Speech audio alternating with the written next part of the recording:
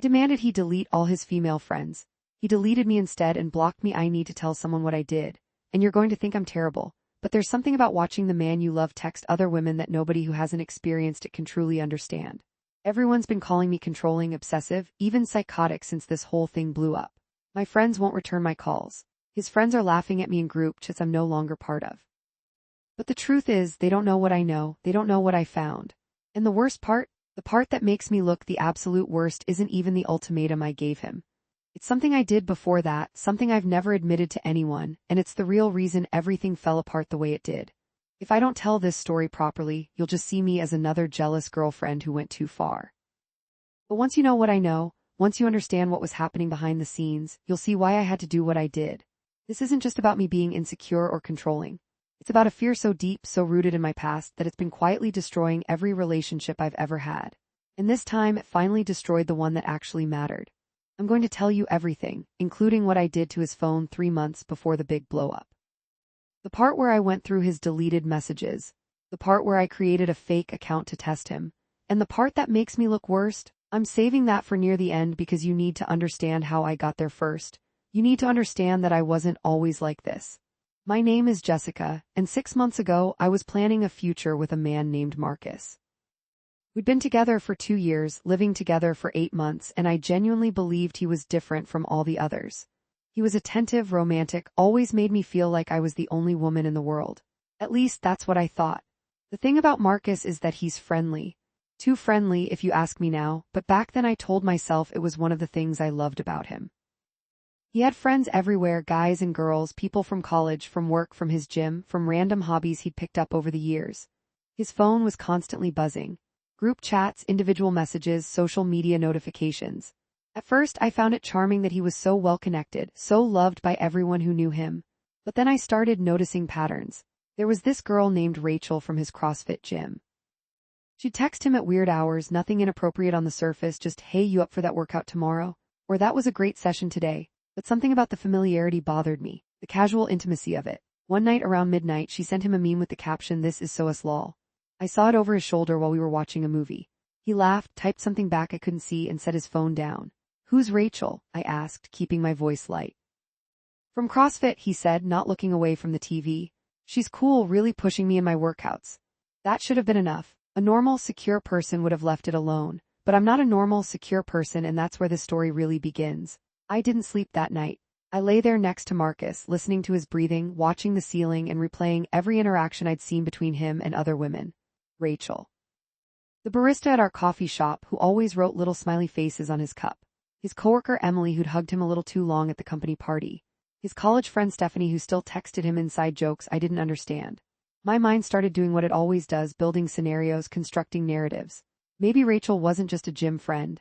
Maybe those late-night texts meant something more. Maybe Emily's hug was a test to see if he'd reciprocate. Maybe Stephanie never really got over him. By 3 a.m, I'd convinced myself that Marcus was either cheating or about to cheat, or at the very least maintaining emotional affairs with half a dozen women. And the most toxic part?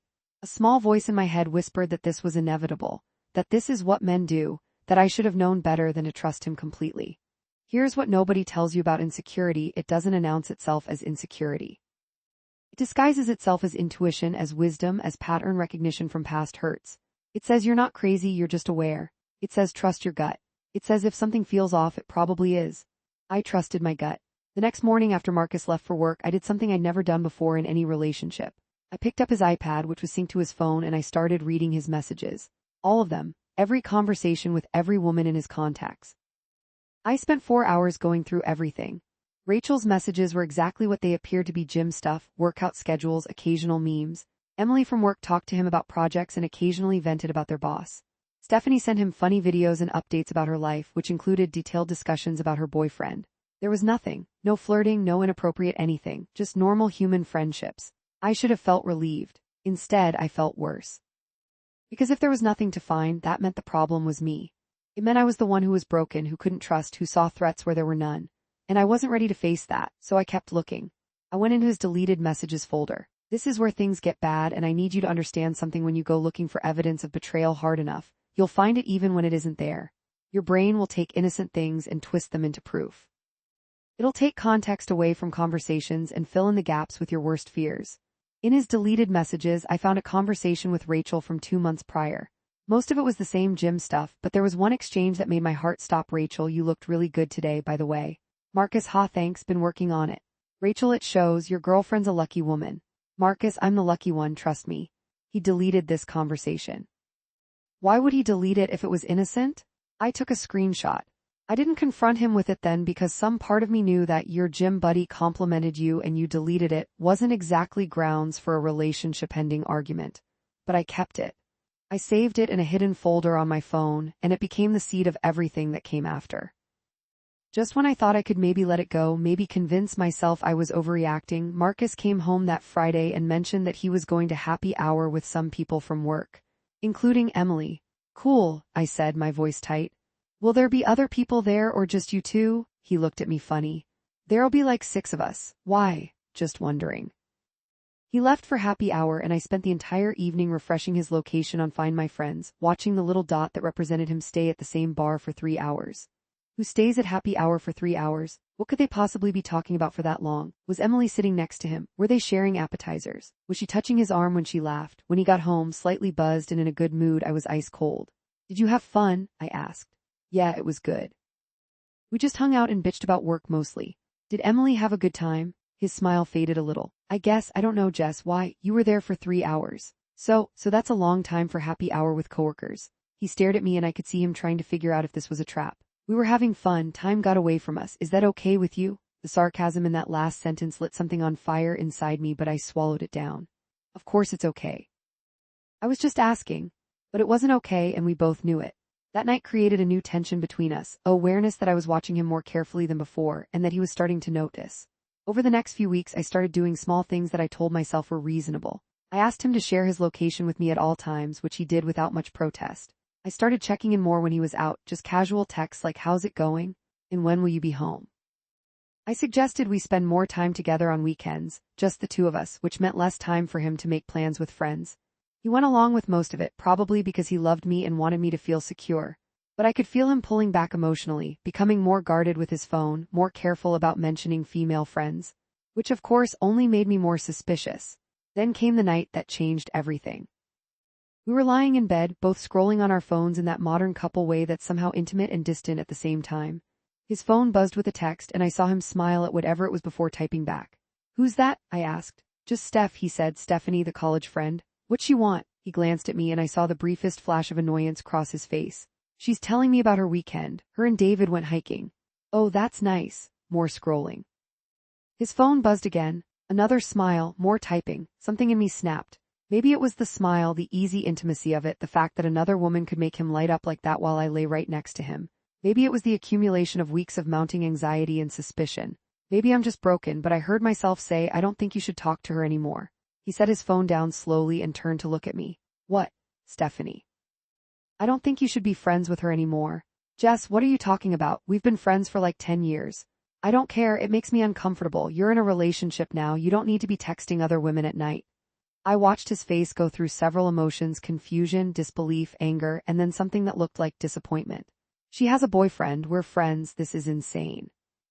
If you love me, you'll respect my boundaries, I said, and God, even as I said it, I knew how manipulative it sounded, but I couldn't stop myself. He sat up in bed. Your boundaries, Jess, you're asking me to end a decade-long friendship because of what exactly? What has Steph ever done to you? This isn't about her, it's about respect. It's about putting our relationship first. We argued for an hour that night. He tried to be understanding at first, asking me where this was coming from, whether something had happened to make me feel this way. I couldn't tell him the truth, that I'd been systematically invading his privacy and building a case against him in my head for months, so I fell back on vague feelings and intuition. Eventually, he agreed to cool it with Stephanie, which I took as a victory. Looking back, it was the beginning of the end.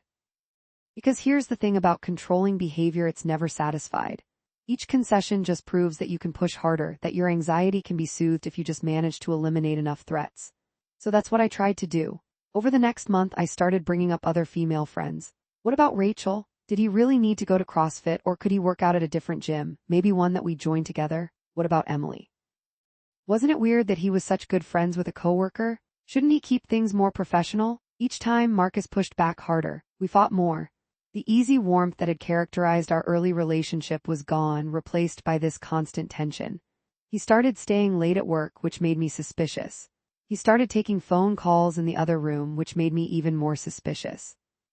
The more I pushed, the more he withdrew, and the more he withdrew, the more convinced I became that I was right to push. I know what you're thinking. You're thinking I'm exactly what everyone says I am: controlling, paranoid, toxic, and you're right, but you still don't know the worst part. 2 months ago, things came to head. We were supposed to go to his company dinner together, and the day before he mentioned that Emily was bringing her husband. "Oh, so Emily's married?" I said. "Yeah, for like 3 years. I've told you this before." He probably had. I probably just hadn't absorbed it because it didn't fit my narrative of her as a threat. But something about learning this, about realizing I'd been jealous of a happily married woman who never shown any romantic interest in my boyfriend, should have been a wake-up call. Instead, I doubled down. "I still don't feel comfortable with you being friends with her," I said. Marcus was chopping vegetables for dinner, and he set the knife down with a sharp click. "Jess, I need you to hear me right now. This has to stop. I have been patient. I have tried to understand where you're coming from. I have made accommodations that I honestly think are unreasonable. But this ends now. Emily is my coworker and my friend. She's married. She's never been anything but appropriate, and I'm not going to end a friendship with her because of your insecurity." "So my feelings don't matter?" I shot back. "Your feelings matter. But your insecurity isn't a feeling I can fix by cutting people out of my life. You need to work on this, maybe talk to someone, because this isn't normal or healthy." The suggestion that I needed therapy, even though it was obviously true, felt like an attack. "I'm not the one with inappropriate friendships," I said coldly. "What's inappropriate about them? Tell me. Give me one concrete example of something I've done that crosses a line." I couldn't, because there wasn't anything. So instead, I said, "If you can't see why it's wrong, then maybe we want different things from a relationship." He stared at me for a long moment. "Maybe we do. We didn't break up that night, but something shifted." Marcus stopped trying to reassure me. He stopped being patient with my questions. He started living his life as if my anxiety wasn't his problem to manage, which it wasn't, but which felt like abandonment to me. I could feel him slipping away, and it made me desperate. So I did the thing I said I'd tell you about, the thing that makes me look the worst. I created a fake Instagram account. Made it look like an attractive woman in her late 20s, someone who lived in our city, someone who might plausibly cross paths with Marcus. I used photos I found on obscure corners of the internet, some foreign influencer who had a small following. I built out a whole profile: job, interests, mutual connections with people in Marcus's network. And then I sent him a DM. It started innocent. A comment on a photo he'd posted from a concert we'd been to: "Love this band. Were you at the show last weekend?" He responded politely. Brief, friendly, nothing inappropriate. Just like all his other interactions with women, I kept going. Over the course of 2 weeks, I had full conversations with him through this fake account. I flirted gently at first, then more obviously. I tested him, and he passed every test. When I suggested we grab coffee sometime, he politely declined, mentioning he had a girlfriend.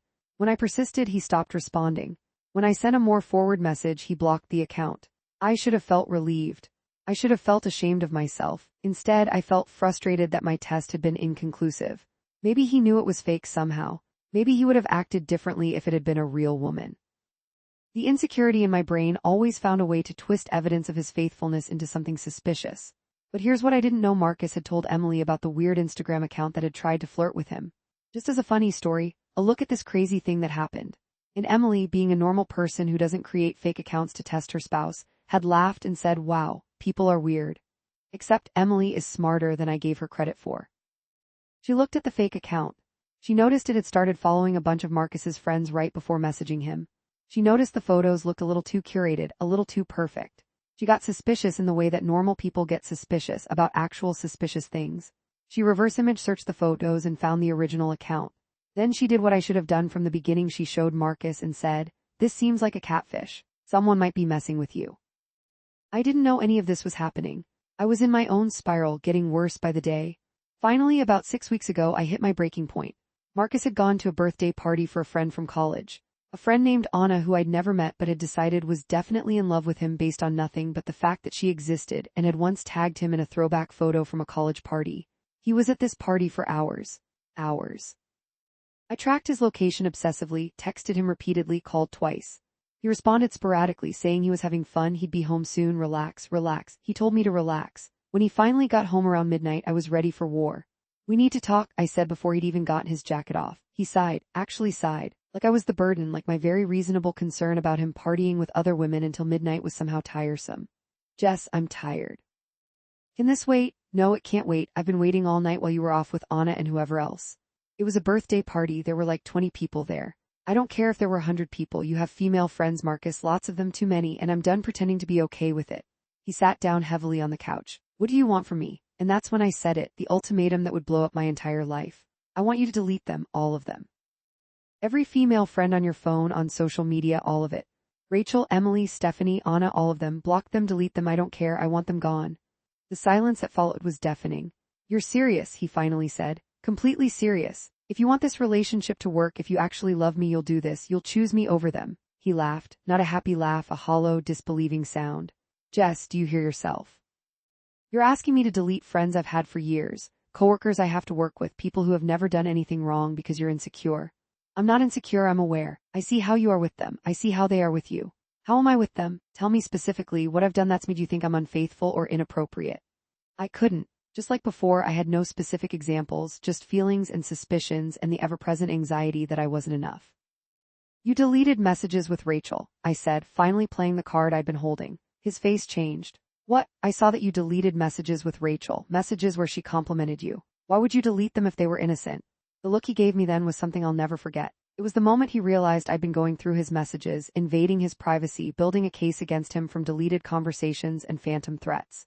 You went through my phone, he said quietly. You gave me a reason to. When did I ever give you a reason? I have been faithful to you, Jess. I have been honest and open and patient, and you've been spying on me for how long? I didn't answer. How long, Jessica? A few months, I whispered. He stood up. I need you to leave. What? This is my apartment too. Then I'll leave. I can't do this right now. I can't look at you right now. He grabbed his keys and walked out. Just left me standing there in our living room, the scene of the crime, the place where I'd finally pushed too hard. He stayed at a friend's place that night. The next morning I woke up to a text, we need to talk, but I need some time to think first. I'll be staying at Dave's for a few days. Those few days were torture. I swung between self-righteous anger, how dare he walk out on me, and crushing guilt, I'd violated his privacy and trust. I texted him repeatedly, apologizing, explaining, justifying. He responded minimally, I need space and I'm not ready to talk yet. A week later he agreed to meet me at a coffee shop to talk. I'd rehearsed what I was going to say, I'd apologize, admit I'd gone too far, promise to work on my insecurity, maybe agree to therapy.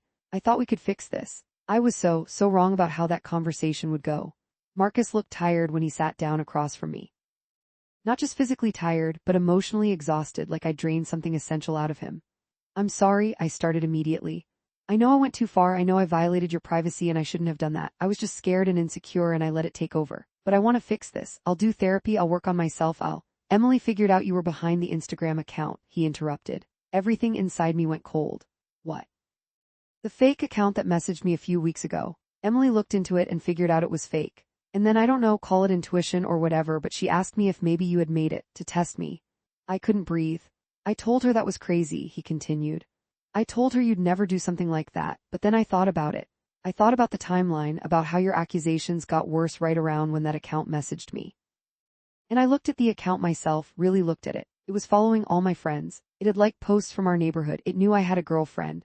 Marcus, did you make that account, Jessica? I should have lied. I should have denied it, acted offended, anything. But I was so tired of lying, of hiding, of twisting myself into knots trying to manage my own anxiety. Yes, I whispered. He closed his eyes and nodded slowly, like I'd just confirmed something he really hoped wasn't true. Why? He asked. I needed to know if you'd be faithful if given the chance not to be. But I was faithful. I shut it down. I blocked the account. Doesn't that prove something? I don't know, I said, and I meant it. Even with proof of his faithfulness, I couldn't trust it. That's how sick I was. I can't do this anymore, Marcus said. I've tried to understand. I've tried to be patient. But Jess, you need help that I can't give you. This isn't normal relationship anxiety. This is something deeper, and until you deal with it, you're going to destroy every relationship you have. So that's it, you're just giving up on us? I'm not giving up, I'm recognizing that I can't fix you, you have to fix yourself, and I can't stay in a relationship where I'm constantly suspected, monitored, and tested. It's not healthy for either of us. We talked for another hour, but the outcome was already decided. We were done. He'd already started looking for a new place. He'd move out by the end of the month. We'd divide our stuff, untangle our lives, become strangers who once loved each other, and then I made it so much worse. Because I couldn't just accept the breakup like a normal person. I couldn't let him go with dignity. Instead, I spent the next 2 weeks trying everything to change his mind. I texted constantly. I showed up at his work. I sent long emails detailing all the reasons we should stay together. I promised to change, to be different, to never doubt him again. He was kind but firm in his rejections. He'd made his decision, so I stopped being kind. I started posting on social media vague things at first. Can't believe some people throw away years of love like it's nothing. Then more specific, when someone tells you who they are, believe them, especially when they choose their female friends over their relationship. His friends noticed. My friends noticed. And that's when I made the biggest mistake of all. I posted our whole story on a relationship forum, painting myself as the victim of a man who couldn't set boundaries with other women. I left out the parts about invading his privacy and creating fake accounts. I focused on how he'd refused to delete his female friends when I'd asked, how he'd prioritized them over me, how he'd abandoned me when I'd expressed my very reasonable concerns. The responses were mixed. Some people validated me, said I deserved better, said he should have been willing to make sacrifices for the relationship. Others saw through it, called me controlling and abusive, said I needed therapy. But Marcus saw it, and Emily saw it, and Rachel saw it. Because apparently I hadn't been as anonymous as I thought, and someone recognized enough details to connect the post to our actual lives. That's when Marcus finally blocked me, not just on one platform but everywhere. Phone number, social media, email. He deleted me from his life as completely as I'd asked him to delete his female friends from his. And Emily, who I'd painted as some sort of home-wrecking threat, wrote me an email before blocking me herself. I've read it about 100 times, Jessica. I don't know what you're going through, but it must be painful to live in so much fear. Marcus was a good boyfriend to you. He was faithful, honest, and patient, far beyond what most people would have been. The fact that you couldn't see that you tested him and spied on him and still couldn't trust him, says nothing about him and everything about you. I hope you get help. I really do. Because the way you treated someone who loved you is not okay, and until you face that, you're going to keep hurting people. I'm not your enemy. I never was. Neither was Rachel or Stephanie or any of the other women you decided were threats. Your enemy is your own insecurity, and you're the only one who can fight it. She was right, of course, about all of it. So here I am, 3 weeks after Marcus moved out, still blocked on everything, watching him move on through mutual friends' social media. He looks lighter, somehow happier. He went to a party last weekend. He was smiling in all the photos, surrounded by friends, including female friends, and I'm alone in the apartment we shared, surrounded by my own toxicity.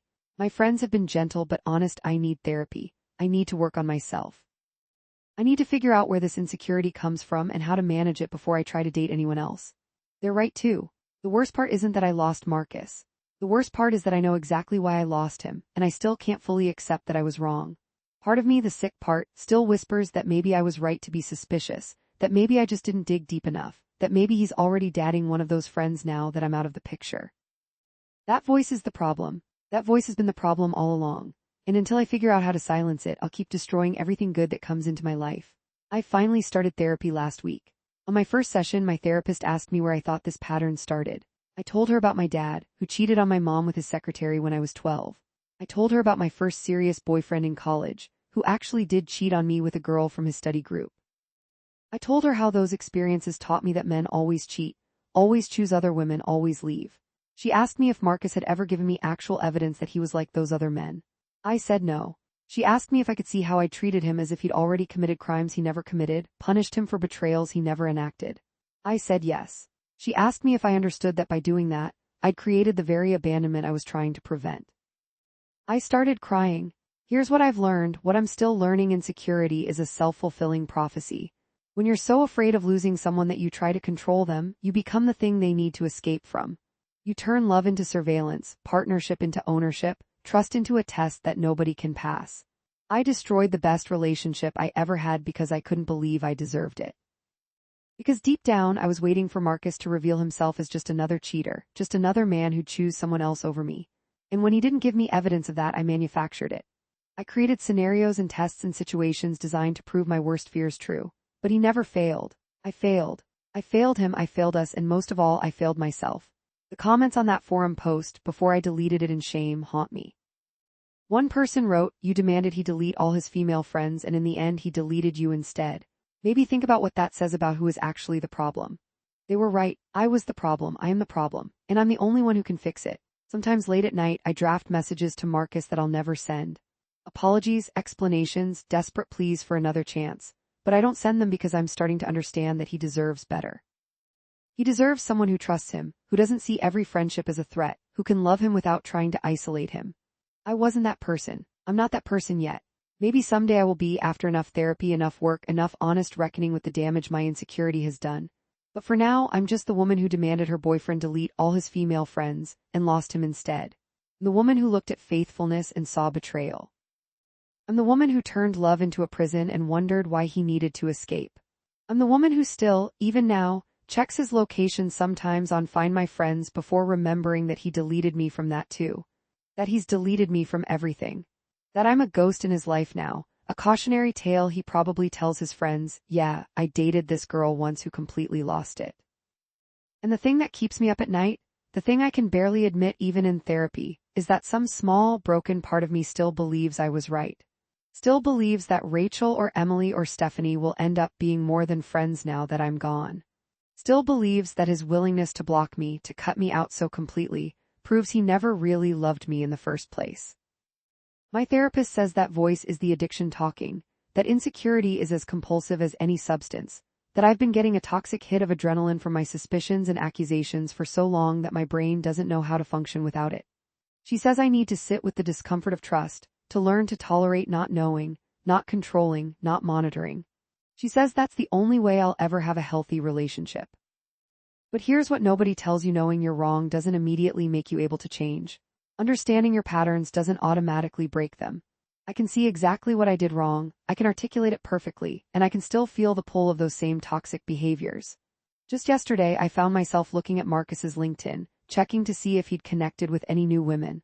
I caught myself and closed the app, but the urge was there. The need to know, to check, to confirm either my worst fears or my tentative hope. This is what I'm fighting now. Not Marcus, not other women, but myself. The enemy was always myself. I don't know how this story ends. I don't know if I'll ever fully heal from whatever broke inside me when I was 12 and watched my dad pack his bags. I don't know if I'll ever stop seeing betrayal in every text message, every smile, every friendship. But I'm trying. For the first time, instead of trying to control someone else's behavior, I'm trying to control my own responses. Instead of demanding someone else change to accommodate my fear, I'm trying to change the fear itself. It's harder than anything I've ever done. Some days I think about reaching out to Marcus, not to get him back, but just to apologize properly. To tell him I understand now what I couldn't understand then. To release him from the role of villain I tried to cast him in. But he's blocked me for a reason. He's protecting himself from me, and he should. I was toxic. I was abusive even if I couldn't see it at the time. I turned his kindness into evidence, his patience into proof, his love into something to be suspicious of. He deserves his peace.